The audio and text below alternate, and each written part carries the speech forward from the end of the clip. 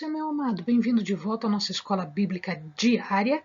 Estamos falando da história da geografia bíblicas e o povo já está voltando do cativeiro babilônico para Jerusalém. Então, vamos falar como é que aconteceu essa restauração? Vamos lá. Pega sua Bíblia, pega seu caderno de estudos, ora ao Senhor, pede a Ele discernimento, entendimento, conhecimento, sabedoria, pede a Ele proteção para que nós possamos desvendar dos seus mistérios. Muito bem, então agora nós já vimos o cativeiro, nós estamos vendo a sucessão de reinos. E dentro dessa sucessão de reinos, nós vamos observar que agora os judeus estão voltando para Jerusalém. A gente já falou de Ciro, do Império Medo-Persa, também chamado de Aquemênidas, e agora a gente vai observar que o povo está voltando, ou seja, alguns judeus voltam. Vamos ver como é que isso aconteceu? Muito bem. Então, Ciro tomou poder. Ciro conquista a Babilônia e ele instala agora um império chamado Aquemênida ou Medo-Persa. Tanto faz. Quando ele conquista a Babilônia, Ciro era general de Dario. Então, alguns autores, alguns estudiosos vão dizer que quem conquistou, na verdade, foi Dario. Na verdade, o que acontece é que ele era general e ele é que faz esta conquista, é mérito dele. E logo em seguida ele substitui Dario no trono. Então, ele sobe ao trono como o grande rei deste império. Tá? Tanto é que este Ciro não é o primeiro Ciro, é o segundo Ciro, mas ele é conhecido como Ciro o Grande. É um dos grandes governantes, um dos grandes reis deste império. O que é importante dele é que nós vamos encontrar um edito, uma regra, uma ordem que dá ao povo judeu a possibilidade de voltar para sua casa e de restaurar as suas cidades e restaurar principalmente o seu templo. O primeiro grupo vai agora com as ordens de Ciro, com o auxílio de Ciro. Quem vai à frente é Zorobabel. Este Zorobabel é descendente de Davi. Então, a linhagem foi preservada na Babilônia. Ele volta a Jerusalém como governador da Judéia. Então, Ciro nomeia ele como governador da Judéia, da região toda ali de Judá. E junto com ele vão apenas 50.000 judeus, os que queriam voltar, né? Porque todos os outros já estavam à vontade, já estavam instalados na Babilônia. A terra era mais fértil, as facilidades aconteciam, então eles estavam tranquilos numa terra. Para que voltar para uma terra desolada, fazer construção, enfrentar dificuldades? Então muitos não voltaram, muitos ficaram na Babilônia. E aqui, este primeiro grupo tinha uma missão: reconstruir o templo. O que acontece nessa reconstrução, ele é o primeiro sinal aqui contra os samaritanos. Lembrem-se o seguinte: os samaritanos, na verdade, era o povo que os assírios traziam cativos de uma outra localidade. Então, eles levaram israelitas e trouxeram outro povo cativo. E alguns israelitas que ficaram acabavam se misturando. Então, houve uma mistura de povos. Eles não eram descendentes israelitas. Eles acabaram se misturando. Então, quando eles foram reconstruir o templo, os samaritanos ofereceram ajuda. Eles disseram: não, mas nós somos descendentes, nós somos do povo, a gente veio te ajudar. E eles não queriam esta mistura, eles não queriam correr o risco de haver contaminação na hora de reconstrução do templo. Então, eles disseram: não, pode deixar que a gente faz.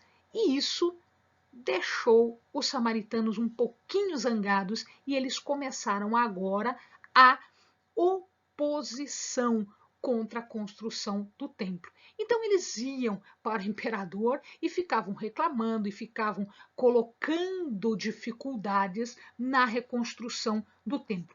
Tanto é que o templo acaba parando, eles acabam parando essa reconstrução. Quando Artaxerxes sucede Ciro, né, ele ouve as pessoas. Ciro não tinha ouvido, mas ele ouve essas reclamações e ele olha, não, mas isso foi um povo que está sempre criando encrenca, tudo bem, manda parar tudo. E ele manda parar. Ora, esta época é a época dos ministérios de Ageu e de Zacarias, tá? Então eles começam antes e eles agora se continuam na obra, no ministério de dar incentivo, de fortalecer o povo na reconstrução do templo. Xerxes sucede, aqui a gente já viu, é o rei Assuero, tá? Então o que a gente sabe deste rei está escrito no livro de Ester, e a gente pode encontrar as lutas que ele teve contra o povo grego. Ele tenta dominar o povo grego, que estava quietinho lá, e ele tenta dominar o povo grego, porque seu pai tentou fazer isso, não conseguiu, e ele continua na tentativa e também não consegue. Tá? Neste livro, um livro de Ester, nós não temos a menção de Deus, do nome de Deus, mas nós temos, sim, toda a veneração, toda a adoração que o povo judeu tinha fora de Jerusalém. Porque aqui a gente não ouve falar do povo de Jerusalém. O livro se passa na cidade de Suzã, aqui está, né, o palácio de Suzã, aqui uma gravura, né, da cidade de Suzã. Então, o que se passa nesse livro é a história dos judeus contra Amã. Né? Então aqui a gente tem Ester, a gente tem Mardoqueu, né? Então todos esses personagens eles estão tentando fazer a preservação do povo judeu e os outros, né, principalmente Amã, está tentando destruir o povo de Deus. Tá? Então ele é contado a situação que ocorre lá no cativeiro, lá fora, na cidade de Suzã e nas regiões todas dominadas pelo Império Medo-Persa.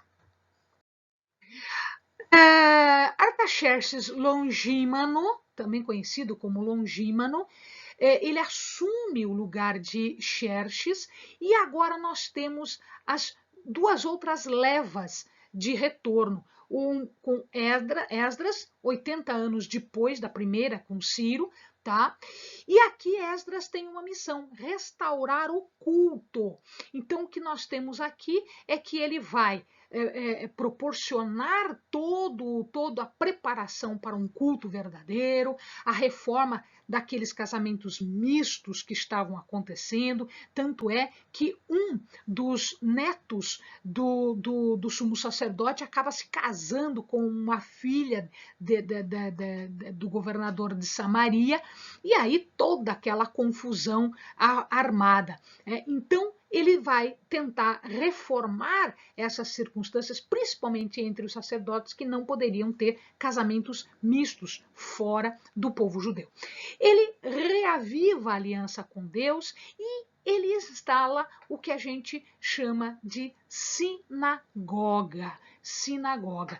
Nós temos um vídeo falando sobre as sinagogas lá do período intertestamentário, que é esta época que a gente está contando aqui. Então, ali nós vamos encontrar as sinagogas, como era formada, por que ela foi formada, etc. Vale a pena dar uma olhadinha. E aqui nós vamos encontrar agora dois fundamentos da religião. Antigamente era só a lei escrita, a lei de Moisés. Agora não.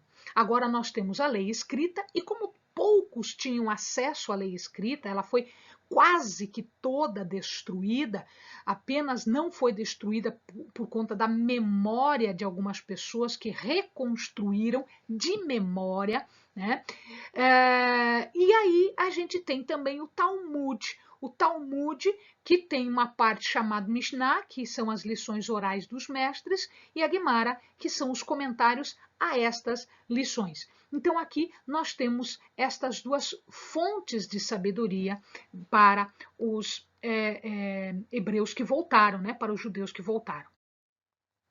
Um terceiro grupo vai para Jerusalém, agora com Neemias, para a reconstrução dos muros.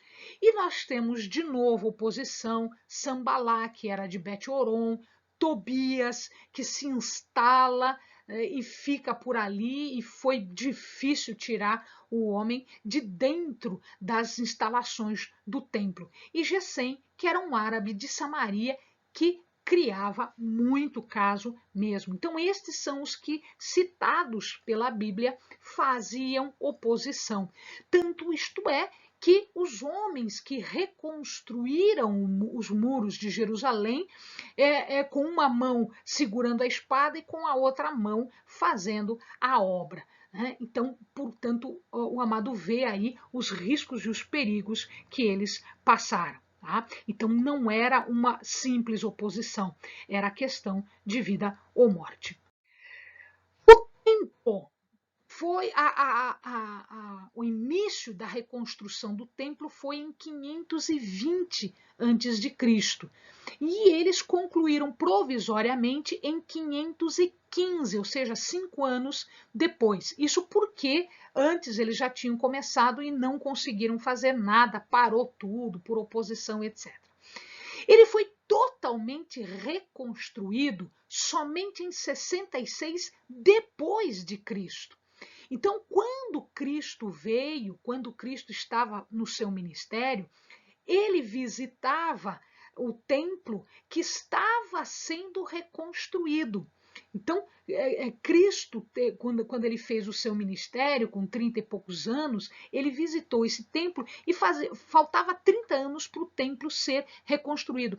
Foi nessa época que eles, elogiando as pedras, etc., Cristo disse que não iria restar pedra sobre pedra. Isso efetivamente aconteceu em 70 depois de Cristo com Tito, o general romano, quando Roma domina toda aquela região, e ele foi absolutamente destruído e dele não sobrou absolutamente nada.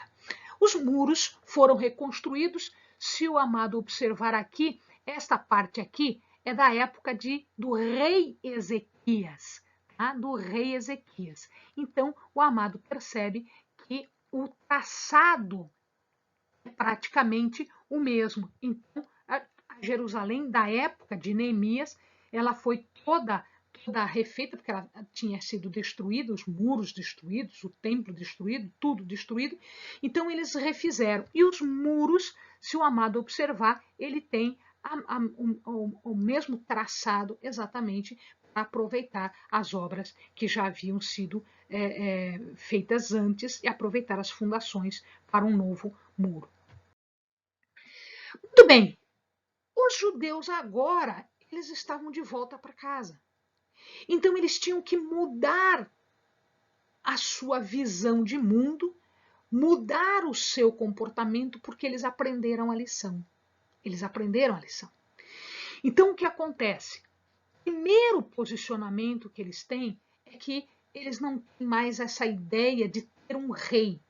A monarquia para eles não era mais importante. O que era importante? Deus no centro da vontade. E, portanto, um governo que eles chamam de teocrático, teos, Deus. Um governo que é centralizado na pessoa de Deus. Segundo lugar, rejeição absoluta da idolatria e do politeísmo, o que fez o povo pecar antes, o que fez o povo se dispersar de Deus e o que fez toda a consequência deste pecado. Tá? Uma outra questão é a adoção de uma língua nova. eles estavam fora há muito tempo. O hebraico praticamente desaparece. Poucas pessoas conheciam o hebraico, liam o hebraico. A linguagem oficial era o aramaico e, portanto, de agora em diante, eles adotam a língua aramaica, que era a língua que Jesus falava. Jesus não falava hebraico, ele falava o aramaico. E eles estabelecem as sinagogas, que é um centro de adoração, era um centro de reunião onde eles adoravam, onde eles estudavam e ensinavam, pregavam a palavra e faziam toda as funções sacerdotais. Era nesses locais que Jesus ia muito e Jesus também acabava pregando em algumas sinagogas. Uma das mais famosas, a sinagoga de Cafarnaum, onde Pedro tinha casa onde ele morava em Cafarnaum, então tinha uma sinagoga pertinho e Jesus ensinava ali. Amém, amados? Bons estudos.